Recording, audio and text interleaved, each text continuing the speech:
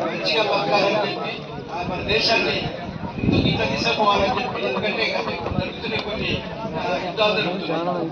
ఇట్లాంటివి జరిగితే దేశాలు సర్వనాశనం అయిపోయే పరిస్థితి ఉంటాయి.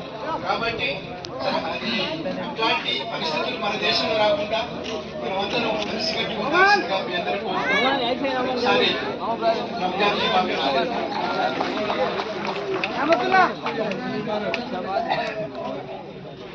बड़े एहतराम से हमारे जो सरपंच साहब है गांव के हमारे किरण सर, उनसे अपन गुजारिश करते हैं अपने बयान का इजहार करें।